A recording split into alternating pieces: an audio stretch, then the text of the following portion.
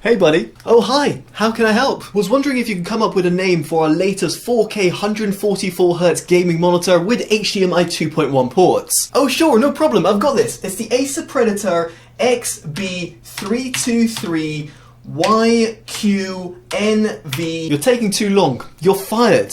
Wait, what? Whoa. Actually, I quite like that name. Right, jokes aside, I'm not really sure how they came up with this monitor name, but we're going to be looking at to see if it's actually worth its price tag, as in the UK it can be found for £700 and in the US around $1,200. Now to kick off this video, I do want to talk about its inputs, and here it's got DisplayPort 1.4 and 2 HDMI 2.1 ports, which of course will be of relevance to console gamers, but it is very important for PC gamers as well, and I'll touch upon why further down in this video. Now, a few things I'd like to point out is that I was able to run 4K 144Hz at up to 12-bit, although it's worth noting that is with FRC because it has a native 8-bit panel, at least according to Acer specification. And as for me running it at the different refresh rates, at 144Hz or at 60Hz, I had no problems while running it on the NVIDIA control panel while connected over DisplayPort or HDMI to my RTX 3080. Although for some reason at 120Hz on its default NVIDIA settings, it would go to the limited dynamic range, which didn't really make all that much sense. This of course can be easily bypassed by going onto the custom setting, but it did cause a little bit of concern as to, for some people who might not be aware of it and running it 120Hz for some given reason, even for those people who are running it on console, you might want to think about how it's actually being outputted and if you're getting the full RGB range and also the dynamic range that can be on offer with this monitor. So with that out of the way, let's jump into its gaming performance. And first off, I have to talk about its input lag. Now here I had it objectively tested at 2.6 milliseconds, which is actually pretty good for a 4K 144Hz IPS panel. Furthermore, you can see here how it compares to other 4K panels that I've tested, and therefore actually being pretty fast in the grand scheme of things. Now subjectively, I will say that the monitor's performance was stellar. Indeed, over here I had no sort of problems when it came to registering my input, and furthermore, when it came to playing a game such as Counter-Strike Global Offensive, which does require quite low input lag for you to get the best out of it, as it is a competitive FPS game, I felt that this monitor wasn't hindering my performance. If anything, it was just the fact that I was playing on a 31.5-inch 4K panel, and therefore I felt quite uneasy while playing with such a large format, and indeed at a higher resolution. Now aside from its input lag, what about when it comes to response time? Well, here the monitor actually does fare very well. There's a few different overdrive modes that you can select. Of course, the higher you go, the worse visual experience you'll get due to inverse ghosting, but then equally you'll get a faster response time. Now to give you some objective numbers, I'm using the OSRTT tool, and here with the overdrive mode set to off, I've recorded a pretty impressive 6.79 average initial time, which is the equivalent of average G2G time. Now if we switch it to my recommended preset, which is the normal mode overdrive, you can see this drops even further down to 5.12 milliseconds. Now note this was tested at 144Hz. Now do bear in mind the RGB overshoot, where at the moment you can see it's pretty much all green, and this is towards the middle of your screen. Now as we switch over to the extreme, suddenly it becomes extremely red, and it's so much so that it's so bad in terms of the amount of error that's popping out with the OSRTT tool. And indeed that's the same sort of experience that you will get in terms of the real life experience. Now on the flip side, the average initial time does drop all the way down to a stonkingly low 2.56 milliseconds. But again, this is pointless because effectively you're not going to be able to use this mode because the visual experience is so bad. Now putting further context to that, you'll be able to see here the UFO ghosting test, and indeed on the off and normal mode preset it's perfectly acceptable, but on the extreme mode preset you can see a lot of inverse ghosting, specifically towards the lighter shades. Now we'll talk about VRR very shortly, and that's quite intriguing, but you can see also on VRB mode there's also the ability to switch between the overdrive modes, whereby you've got normal and extreme, and indeed here it does clear up the UFO and therefore reduces the motion blur. It is worth noting that in VRB mode you will also get a very limited brightness, which I'll touch upon further down in this video. Now this is where things get a little bit interesting. See, here I did point out that there was a separate UFO ghosting test for VRR, and for those who are not aware, VRR stands for variable refresh rate, and this is the technology that is used when it comes to being used with AMD FreeSync or for example NVIDIA G-Sync. In my case I'm able to test the latter because I've got an RTX 3080. Now, intriguingly, while connected over DisplayPort only, I was not able to control the overdrive mode, and therefore it was locked out. But yet, when I was running HDMI, in other words the 2.1 standard, and connected over to my HDMI 2.1 port of my RTX 3080, I had no problems in terms of adjusting the overdrive mode. I found this quite intriguing as to why Acer are locking out their users of the overdrive mode preset while connected over DisplayPort, and this will be potentially of concern for PC gamers out there. Now, thankfully, I did test it in terms of the different refresh rates, and I can safely say that it's running on the normal mode preset in terms of its overdrive mode. As a result, means it's the recommended preset that I would suggest, and potentially what Acer wants you to use anyway, because you don't want to get a terrible visual experience, and as such, it's not exactly too much cause for concern. Now, while that's not overly problematic, given the fact that the monitor is running in terms of its optimal condition, it is worth pointing out that while connected over DisplayPort, I was not able to run NVIDIA G-Sync, be it through the NVIDIA Pendulum demo properly or indeed via Destiny 2, whereby I incurred a lot of stuttering. Now, this suddenly disappeared as soon as I disabled NVIDIA G-Sync while connected over DisplayPort, leading me to believe that this monitor would not run NVIDIA G-Sync and therefore would be limited to potentially running over an AMD graphics card instead, because of course here the monitor is not certified by NVIDIA and does not have their native G-Sync module, thus not getting the full VRR range. However, things all changed when I connected over HDMI. See, yet again, I've got the HDMI 2.1 port on my RTX 3080, and so does the monitor, and suddenly, while connected over HDMI, not only did I have the access to the overdrive modes, but I also had no stuttering problems while running 4K simultaneously at 144Hz with NVIDIA G-Sync and HDR. Yes, indeed, I was able to run all of those in tandem over HDMI, yet over DisplayPort I was not able to. Now, this for me is quite a mind-boggling thing, because I've never experienced this ever before on any monitor that I've reviewed, bearing in mind I've tested over 200 different panels. Now, I appreciate not every monitor has to run NVIDIA G-Sync, but in this modern era you would expect it to all run over DisplayPort, given the fact that it can actually run over HDMI.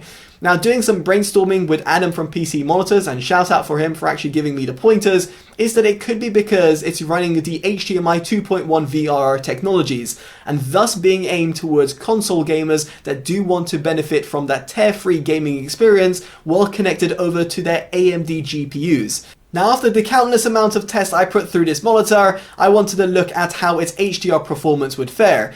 Now, unfortunately, the overall experience was pretty subdued, and that's namely due to the fact that this monitor has a certification of HDR 400. As an aside, it should hit around 400 nits, but I didn't quite hit that, and I'll touch upon that further down in this video.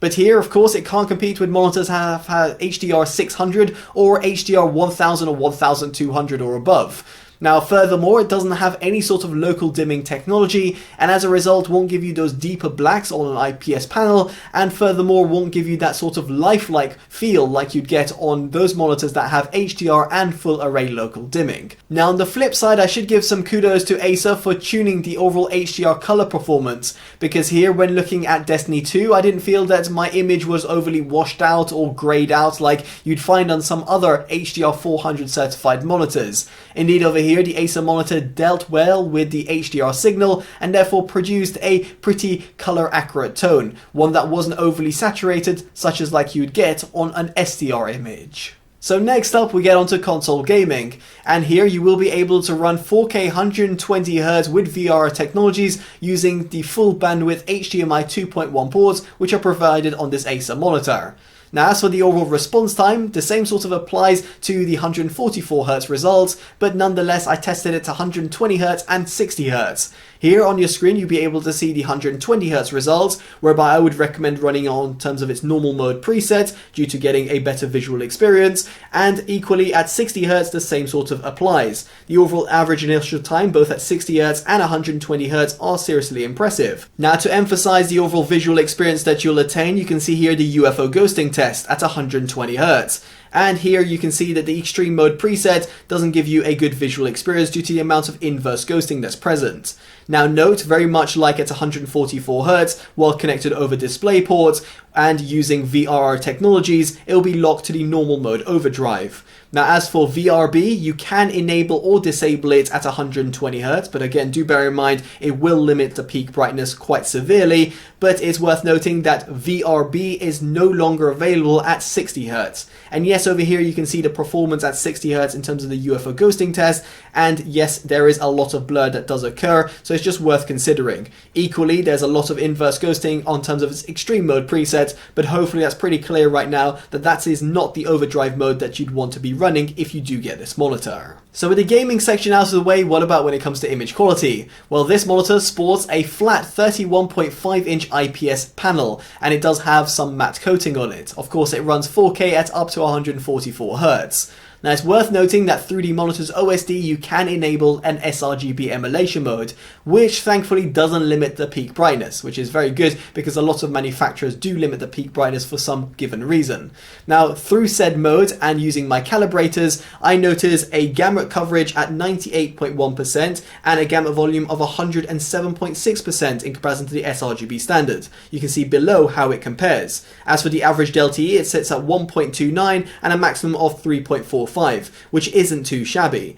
As for the tested contrast ratio, it sat at a pretty low 856:1, and as for the measured white point, it's not too far off at 6059 Kelvin at 100% in comparison to the 6504 Kelvin target. Now as for the gamma curve, it's very close to the 2.2 standard, and in this respect Acer should really be commended. Now if you're not an image editor or video grader, or indeed you're just a gamer and you just want a little bit extra saturation or pop from your monitor, then you might want to run it in terms of one of the other mode presets. And in this respect, when tested on its warm mode preset, I compared it to the sRGB standard, and unsurprisingly it became less color accurate, with an average delta-E of 2.25, whereby higher is worse, and a maximum of 5.89. You can see here how the gamut coverage and volumes have been affected across the sRGB, Adobe RGB and DCI-P3 color spaces, and below you can see how it compares to the sRGB standard.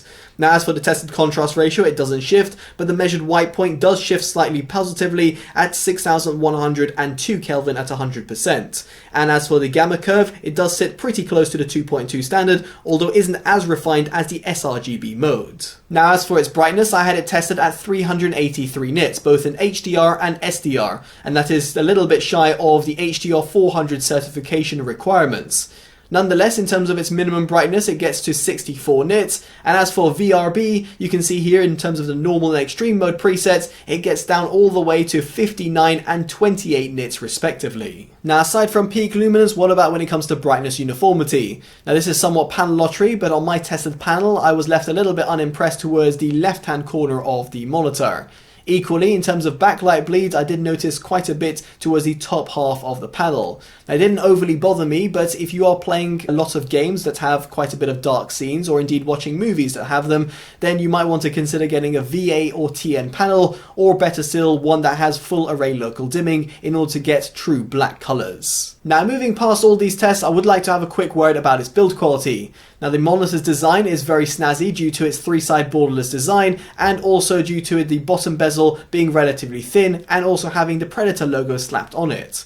As for the monitor stand, it's very sturdy, made out of metal, and provides you height, tilt and pivot adjustment, although it's worth noting it cannot be rotated. If you want further degree of customization, or simply if the stand itself does not fit properly on your desk, you can replace it via a monitor arm, and therefore this monitor has got a VESA compatibility. Now on the note of design, I would like to point out that this monitor has got some fancy RGB lights positioned behind it, and therefore if you're in a completely pitch black room, it does actually get pretty bright and can be utilized. Now I don't personally see the point of it, so therefore I actually completely disable it. You can enable, disable or indeed customize it through the monitor's OSD. Speaking of which, the monitor's settings can be accessed through a set of physical buttons found at the bottom right hand side of it. They're not exactly intuitively laid out, but once you get your head around it, you'll find a plethora of different options, and indeed allows you to customize the monitor to your heart's content. Now, aside from all of this, the monitor has got two USB Type-A ports, which can be handy for plugging in your peripherals, and also has got a 3.5mm audio jack with two built-in speakers. I would certainly suggest getting a set of bookshelf speakers, a DAC, headphones, or a headset, but of course, if you do want some convenience, then you have the ability to play back audio directly from the monitor. So with all that in mind, it brings me on to my verdict, and model name aside, the monitor is actually pretty impressive. See here, you have got 4K that runs up to 144Hz, you have got HDR, while it is a little bit of a subdued experience, and you've also got a very good input lag and response time in the appropriate overdrive mode, of course, that gives you a good overall gaming experience. As a result, it gets my performance award. Although it's worth noting that I can't wholeheartedly recommend it given the price point it comes in at, and furthermore given the fact that it emits any sort of local dimming technology, and also has got a few different quirks, specifically when it comes to NVIDIA G-Sync running over DisplayPort. Now I'd be curious to know what you make of this monitor down in the comment section below, and of course if you liked this independent detailed review, definitely do consider dropping a like, subscribing and hitting that bell notification, all of which would be greatly appreciated. As such, I've been Totally Dubbed, and I'll hopefully see you in the next one. Take care of yourselves, and goodbye.